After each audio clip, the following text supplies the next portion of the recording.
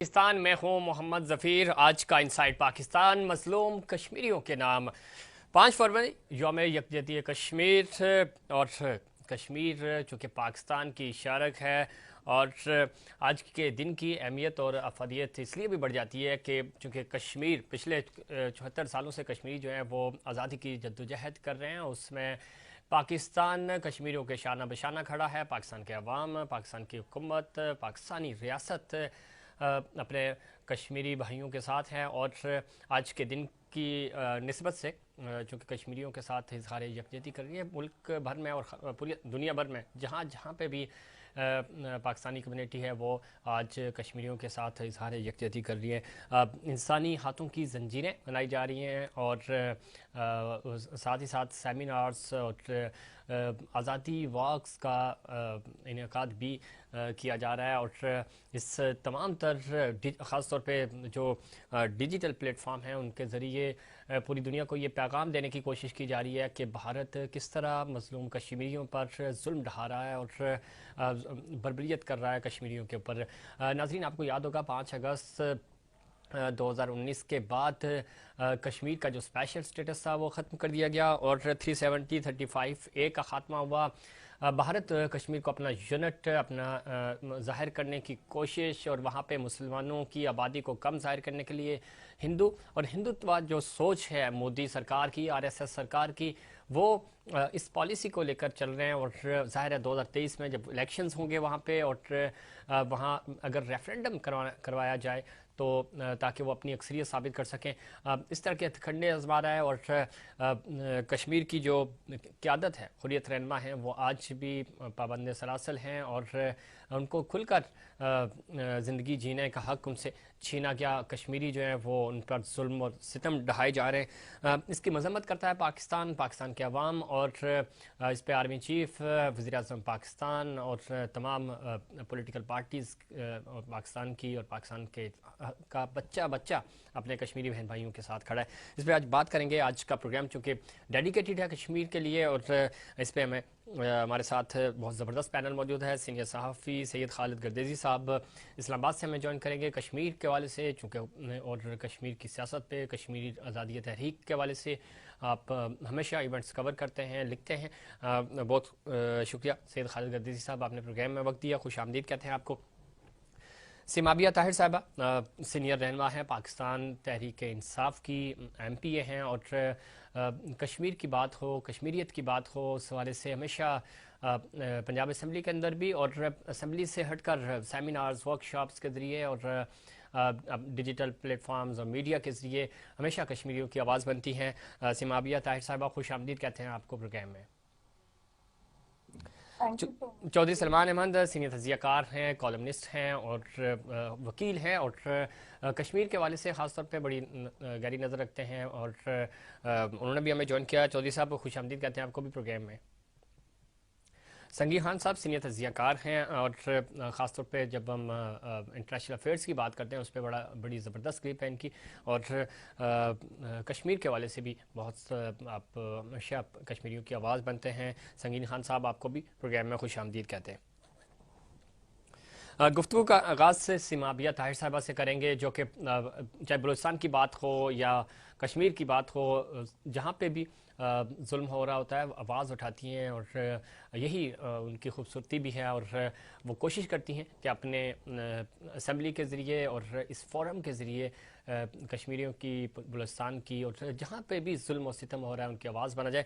سیمابیہ طاہر صاحبہ، کس طرح دیکھتی ہیں کشمیر کی ایک لمبی جدوجہد ہے، کشمیریوں کی ظلم اور ستم کے پہاڑ ڈھائے جا رہے ہیں، اور آپ کو یاد ہوگا 5 اگست کے جو اسپیشل سٹیٹس کشمیریوں کا، کشمیر کا ختم کیا گیا، اس کے بعد مودی سرکار، RSS سرکار، ہندوتوا سوچ جو ہے وہ اس کو آگے لے کے چل رہی ہے۔ 5 فروری چونکہ کشمیریوں کے نام کیا جاتا ہے، کشمیریوں کے ساتھ اظہار یکجہتی کیا جاتا ہے، کس طرح دیکھتی ہیں اس دن کو؟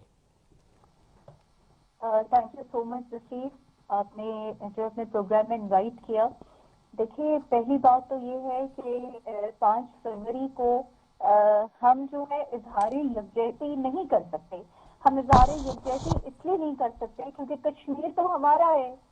ہم سے اظہار یکجہتی ہونی چاہیے باقیوں کی، ہمیں نہیں کرنی چاہیے کیونکہ کشمیر ہمارا ہے۔ اور صرف ہمارا پاکستان کا ہے وہ.